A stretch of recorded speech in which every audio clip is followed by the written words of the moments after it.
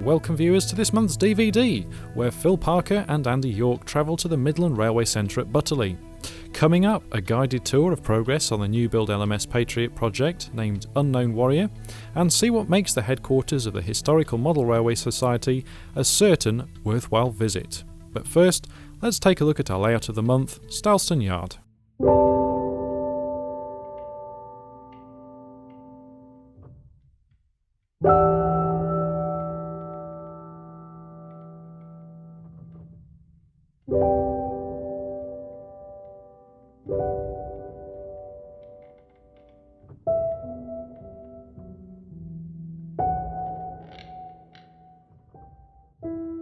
I like industrial grime. I've grown up with it. I'm originally a northerner, so I've grown up around the collieries and factories all my life. And having worked in a factory for a long time as well, you get used to seeing industrial buildings. And I think it's the age we're in now, everything's sort of an urban sprawl of buildings and, derelict buildings. My favourite building on this layout has to be the derelict mill, because it's not something you see often on layouts. Everything's sort of pristine and nice and clean, and I like the derelict mill because it's got the holes in the roof, the single slates, holes in the windows. And it does look like something you see around the Birmingham, North East, northern areas, Manchester, places like that.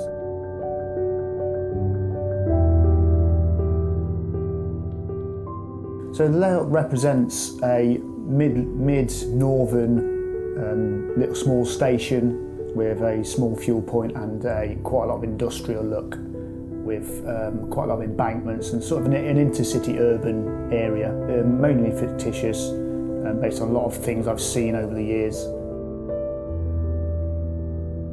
My name's Neil Mason and welcome to my layout, Styleston Park.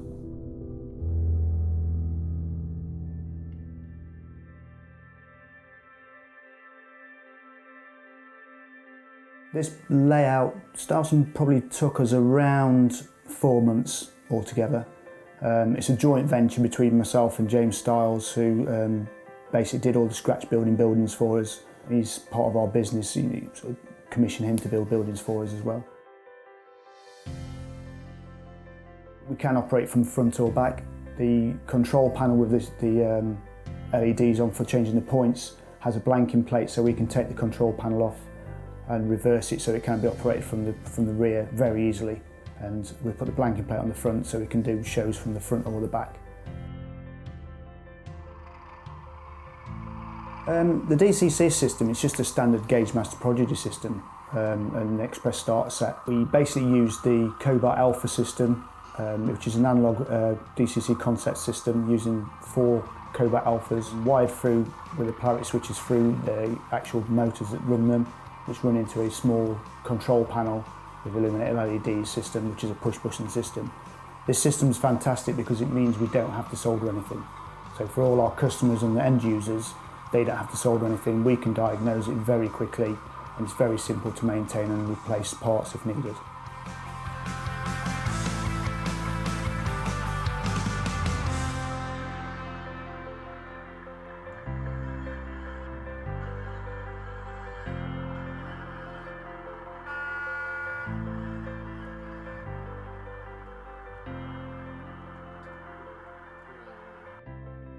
We use 2-car 101 or 108 DMUs, 128 parcel units in Royal Mail or blue livery. That's pretty much the parcel stock. We do have a BG with the Royal Mail parcels 128, which we shunt out with an 08 and then run round with the 128. The freight stock, we run pretty much a lot of light locos into the fuel point, which gives it quite a lot of varied action with different types of locos, different types of stock. Most of the stock is from the 90s to early 2000s, sort of your 3-tone petroleum sector locos, Dutch liveried locos and rail freight locos.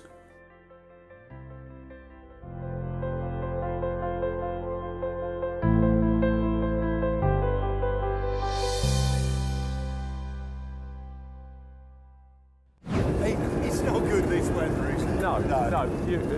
This is definitely not glamorous coming out here. Anyway, but there is lots going on, isn't there? Oh, yeah. So much moving around today. Yeah. Well, at least we can get undercover now. This is the West Shed. We're Right. home of the Princess Royal Class Locomotive Trust. So we've got duchesses and princesses and all the rest of it. But down at the back, they've got the boiler parks for the Unknown Warrior. So hopefully we can catch up with Kevin and have a bit of a chat. See some where real they are. full-size modelling. Yeah.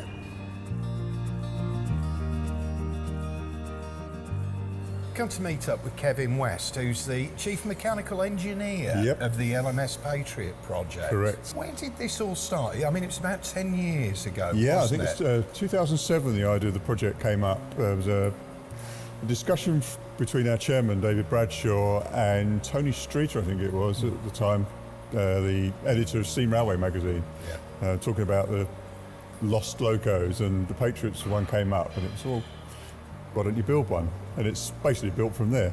So 45551, as it was the last of the class, and it wasn't named at that point, No, was it? No, 52 locos in the class. Again, 16, I think it was, 16 or 18 weren't named. Yeah. 5551 was one of those that wasn't named. Yeah, normally when you build a new loco, you go to the next number in the sequence. 5552 was the first of the Jubilees, Silver Yeah. Jubilee.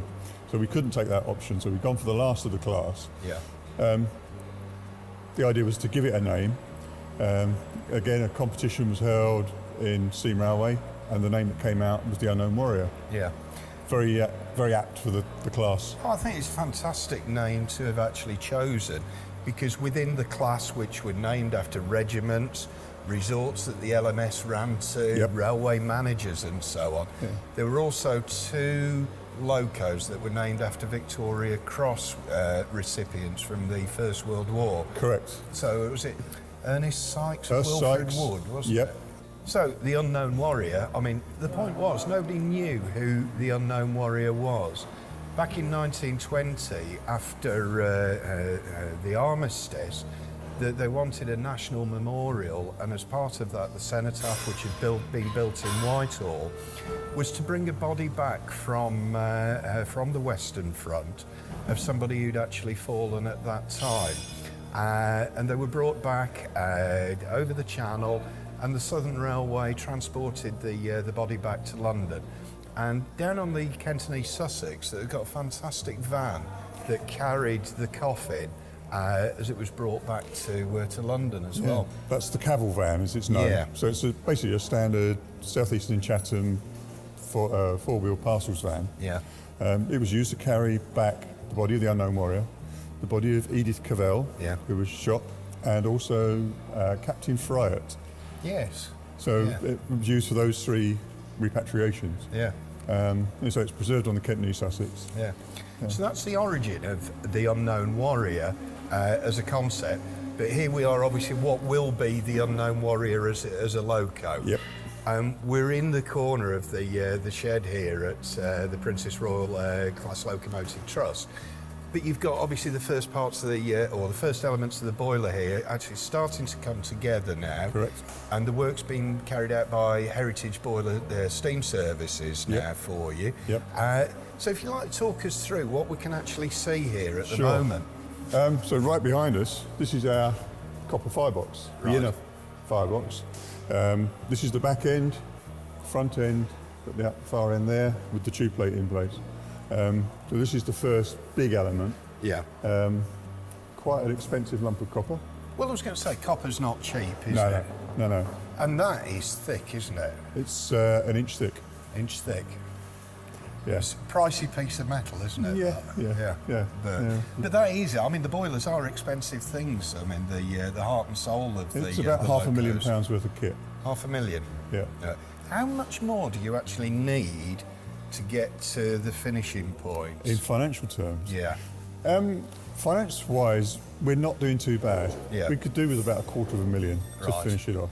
So how can people actually make a contribution towards this project? There's our website. Yeah. Go onto the search for the Patriot Project online. Go onto the website. There's Just Giving buttons on there, or you can donate to the Raising the Pressure appeal for the boiler, or there's even tender for the tender, so you can help us build the tender as well. But when you do finish, which is about a year away from now, Yeah, first steaming projected in the autumn of 2019. okay. So obviously a year and a bit away, but I mean it'll be the anniversary of the Unknown Warrior 1920, obviously, really when things have gone up to full speed. Where will people actually be able to see the loco? We're in planning stages at the moment. We're in discussions with various organisations and bodies. We can't say where it's going to be at the moment because we don't know. Yeah. But it will be out there, it will be well publicised, and all the usual press places will have the information. Will it be a mainline loco? That's the plan. Yeah. So we're in discussions with Network Rail and the authorities to get through the planning process. Okay. Right, super. Anyway, carry on. Show us a bit more. Okay. Again, the copper inner firebox assembly with the tube array. It's all these small tubes, 141 of them. Right. And the 28 superheater elements at the top. Yeah. And then all these sling stay holes here that attach to the bottom of the barrel. Yeah. And then all the markings at the top there for the stays and foundation ring at the top. Obviously this is upside down at the moment for working purposes. It's just wonderful to actually touch it, isn't it? Yeah, it's gorgeous. And then obviously, more business end of the hard work. This is the bit, if you get on the footplate of the engine, this is the bit you see, is a door plate. So your fire hole ring there, you're looking at the inside of it here. The strengthening plate has already been fitted inside, and then all the stay holes have been drilled. Yeah. And the boys at the moment are just working on drilling all the holes that attach it to the wrapper, which is in front of us. Chunky piece of steel, isn't it? It is, 5/8 steel, Yeah. all hammered over a former. So you start with a flat sheet. Flat sheet, so this is your flat sheet datum point. Big cast iron former is made, and it's heated up, and the guys just bash hell out of it to form it over the metal. They're softening that up to actually work with it. I mean, it takes quite a bit of heat. It's about doesn't it? 5,000 pounds worth of gas Yeah. just to form the two plates, like this plate and the throat plate, which we'll have a look at in a minute. Yeah. Okay.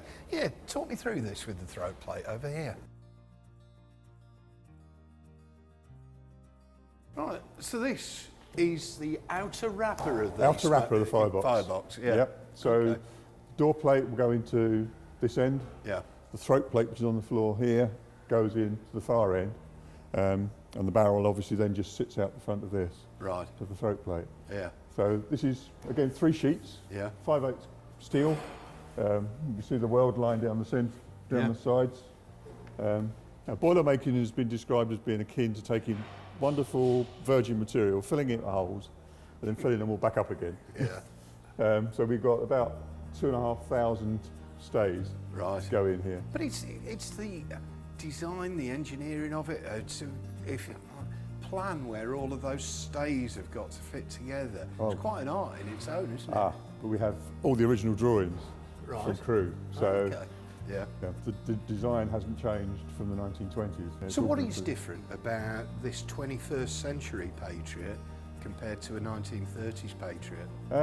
We're trying to keep it as close to the original as we can with the information that we've got.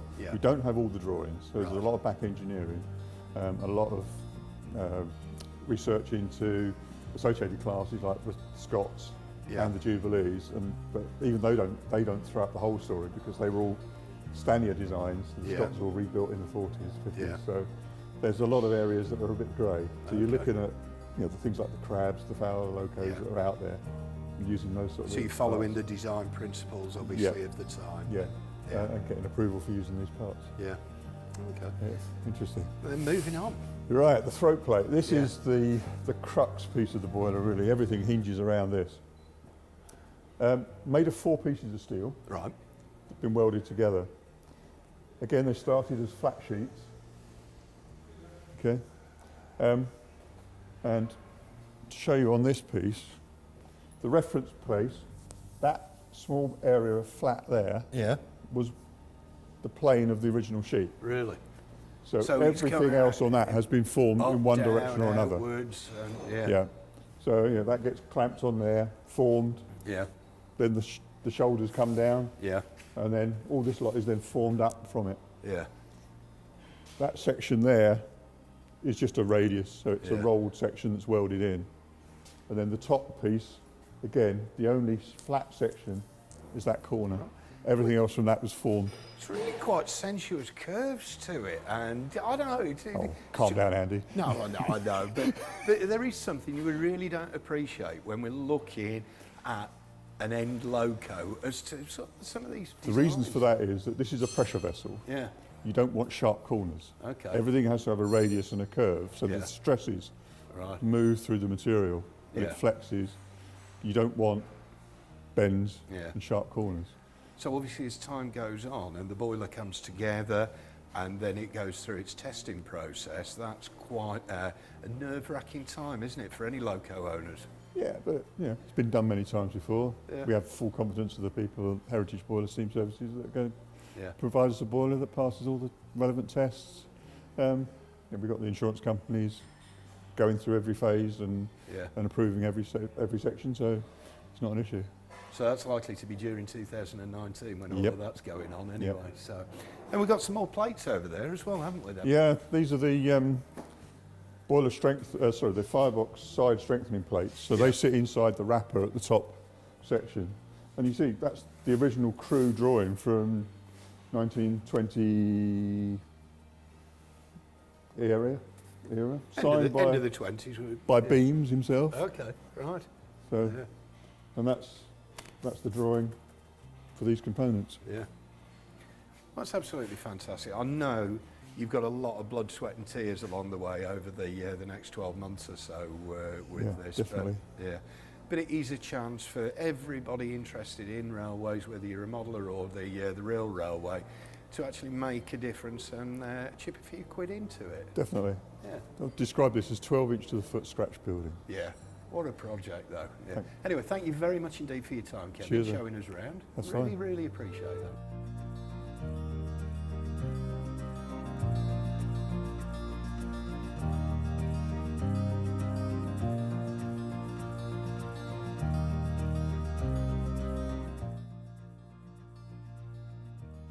I'm in here in quite a library with Paul Garrett from the HMRS, who's the Deputy Chairman and Archivist. Drawing archivist. Drawing Particularly archivist, drawing yes. archivist. Because you have, obviously you have several We have archivists. another archivist as well, yes. So, I mean, this is a modeller's dream library we're standing in. It is. It contains all magazines from the earliest 1897 through to as late a date as we do. We rely on donations of books and magazines. Depending what the magazine is, sometimes we give them to other organisations. If it's a book, we'll go into our shop to sell for profits for the society. I'm looking at the rack opposite, and there seem to be very complete runs of not just the modelling magazines, but I mean, I'm looking at the Highland Railway Journal, the 3 Mill Society right. Journal. This is, it's really It comprehensive, is. isn't it? That's right. We hopefully we've got.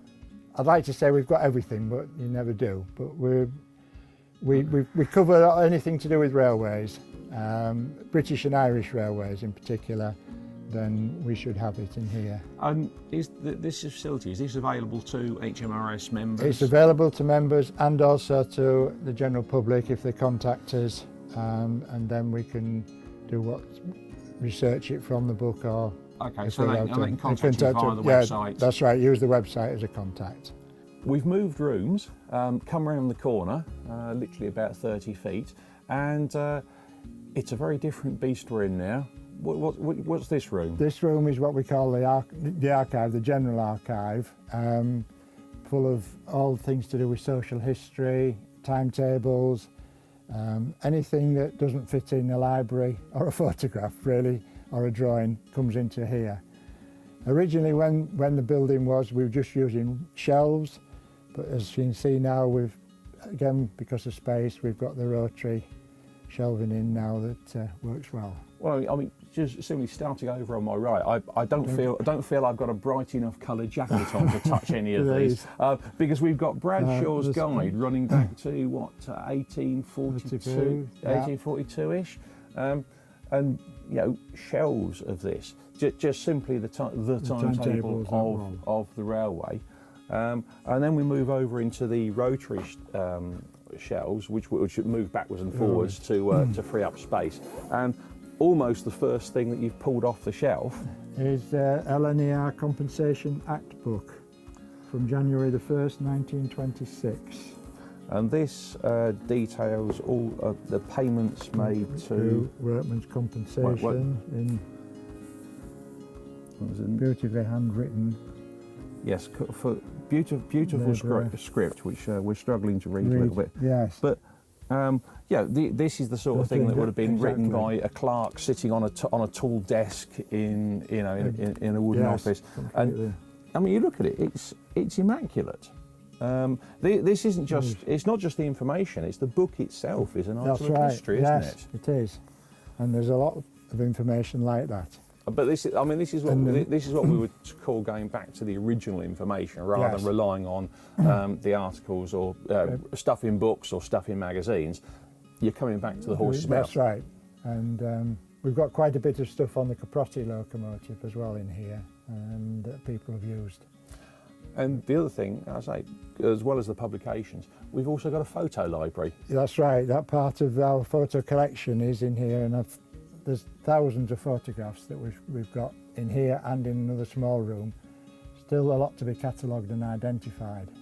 So you are looking presumably also for volunteers who'd like to sit and catalogue and identify. Exactly, yes. It's always welcome. It's a hell of a challenge. It is.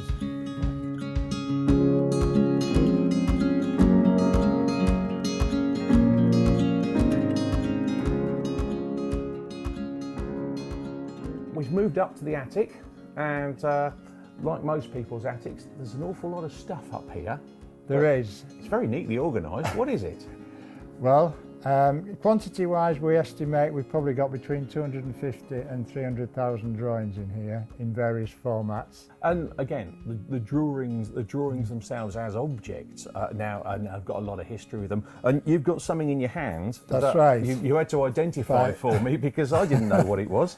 Yeah. The collection we got from Derby Museum came either in paper, folded paper, or these drawings on here were all attached to individual poles, and each pole has the drawing number on it, and that's how they worked in the works. And we actually have a painter on the site who did this particular one because he came in here and said, "Oh yes, I recognise that. I painted that number on." So that's sort of more history to it. So on the wall, on the rack there, they would have been loads of these pole numbers. That's right. So that's how you identified which drawing you got. Exactly. And then you would take that away and unroll it to see it. How long are the drawings then? I mean, they look huge. We have drawings up to, I think the longest is probably about 12 foot long. But some of these because most of these are for the early diesels that were built on Derby Loco works. So some of them are quite lengthy. You can be 8 foot, but I know some at least 12. And in fact, we've got diagram of King's Cross, and I think there's about 3 or 4 of those are about 15 foot long each. So, and that's why we need the space up here to lay out to work with them. It's an amazing collection, and definitely worth getting in touch. While we're up in the loft of the HMRS, we're actually going to be looking at some of the model side of stuff. Obviously, we've seen an awful lot of full-size plans, but obviously model in the title, and I'm here with Colin Albright to look at some of the smaller scale stuff, of which they have a vast repository. Now, Colin, let's start off with, how did you get into this? 2 years ago I retired from Bachmann, Yeah. and my interest has always been in early N-gauge. N-gauge as in how it started and who the manufacturers were, and one of the people that turned up was ERG. ERG had done some N-gauge wagon sides back in the early 70s. Never seen them before, and I knew there was a link with Skinley, and I rang Paul Garrett about 18 months ago. I said, "Do you know anywhere the Skinley drawings are?" And he said, "We're in the process of buying them."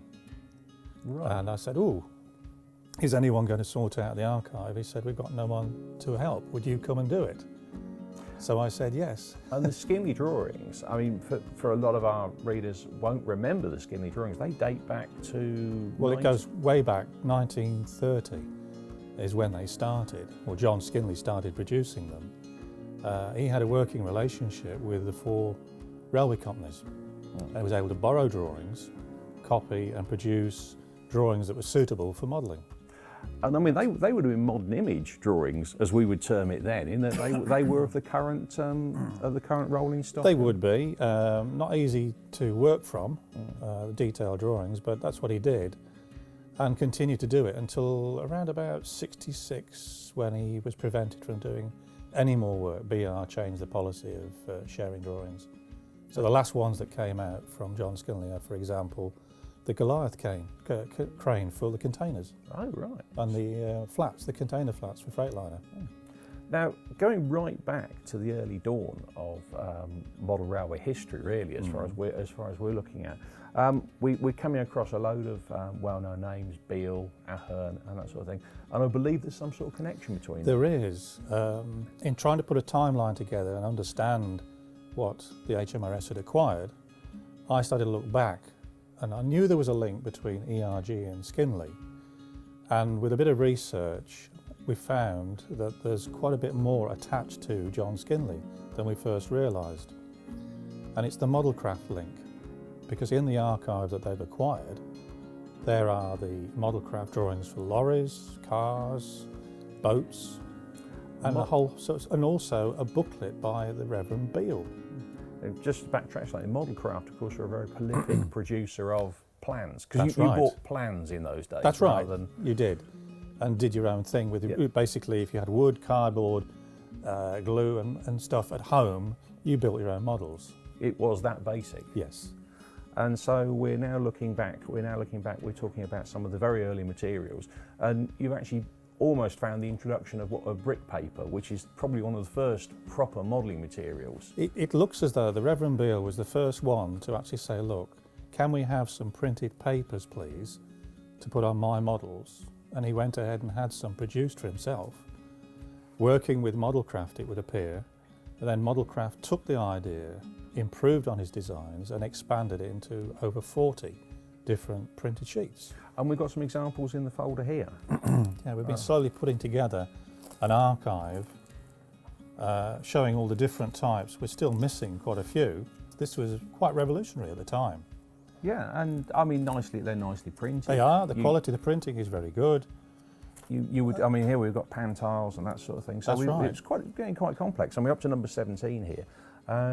And you would build your card building. It'd be either card or wood, and then you would clad it with this from your local model shop. That's right.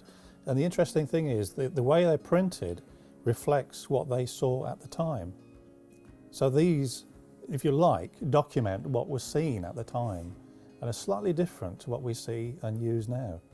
Ah, right, okay, because the colours are different to how I would expect them to be. Certainly, if you compare some of them, I mean, the more recent brick papers, say the ones from people like Model Railway Scenery, who are downloadable, they're produced in a very different way, they're printed in a different way, and I believe even the super quick brick papers have changed over time. But if you look at what Reverend Beale did, if I can find it, as far as I can tell, this is probably the very first colour card kit that was ever produced. For some platform edging. Simple. Yeah, very simple. Look at the colour scheme. Very dark, very weathered, very run down, which is correct for that era. Yeah, from an era when everything was a lot darker and smokier. Yes. Everything just was dirtier. And perhaps this is a lesson for a lot of modern modellers, is to say, well, perhaps you're almost making it too clean. That's right. As I said to you, if you look at some of the magazines from the 50s and 60s, using the papers that were available then, reflecting the dirtiness. You see it on the layouts, you see it in the images, which you don't capture now with modern modelling techniques because it lacks the dirt. Fantastic.